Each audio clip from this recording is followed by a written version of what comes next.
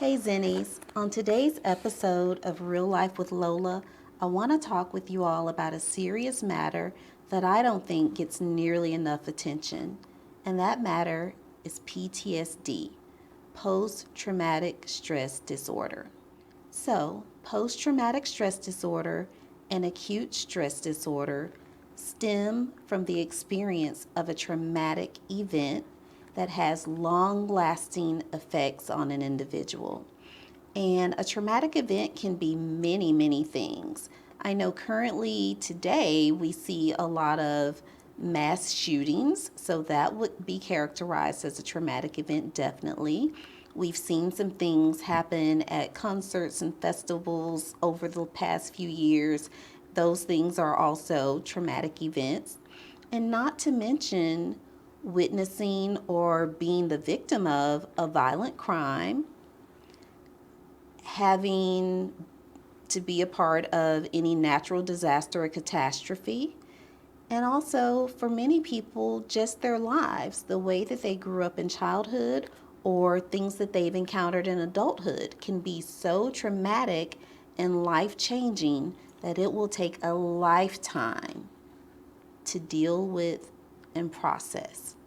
Notice I did not say get over, because the thing about post traumatic stress disorder is that its impact will be long and far reaching, and it lasts over the course of a lifetime.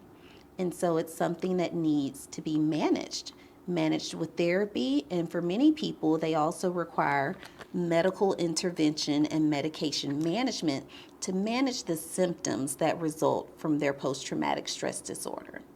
And these symptoms could be mania. These symptoms could be anhedonia, which is loss of pleasure in things you once found pleasurable, heightened anxiety and hypervigilance, physical symptoms such as migraines, difficulty breathing, accelerated heartbeat, digestive issues. All of these things are linked. And so you can see how this can be so far reaching that it can really impact a person's life. So if you or someone you know is suffering with post-traumatic stress disorder, just know that help is out there. It's really important, though, that you find someone that can utilize cognitive processing therapy. Because one of the things about post-traumatic stress disorder is that it distorts your thinking. So all logic goes out of the window because it's overridden by fear, anxiety, and terror. And fear, anxiety, and terror can make you see danger where there is none.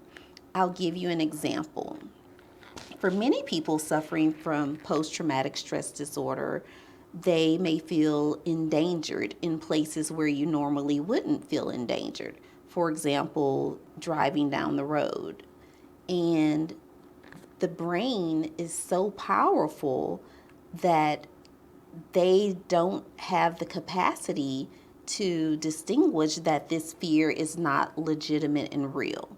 Cognitive processing therapy will help you understand and be able to identify that these fears, though very powerful and moving, are not legitimate, and you'll be able to help rewire it and reprogram your brain so that you're able to de escalate yourself and feel some semblance of calm.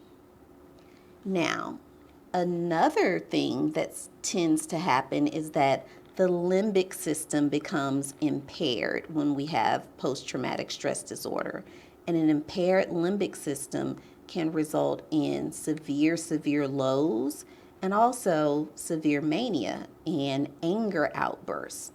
So oftentimes people suffering from the lingering impact of a trauma may not seem like their usual self at all.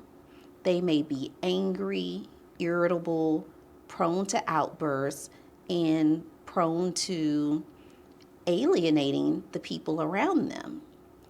And if you are living with or loving with someone that has post-traumatic stress disorder, then it's not an easy road for you, and you need support, but you also need to know how to support your loved one. I really hope this information helps, and contact Zen Imago PLLC. We help with all forms of post-traumatic stress disorder. And make sure that if you or someone you know is suffering, you get help and you get it right away. You can find my podcasts and videos on all platforms, everything across the board. So there's no reason not to tune in and get the information that you deserve to move your life in a better direction.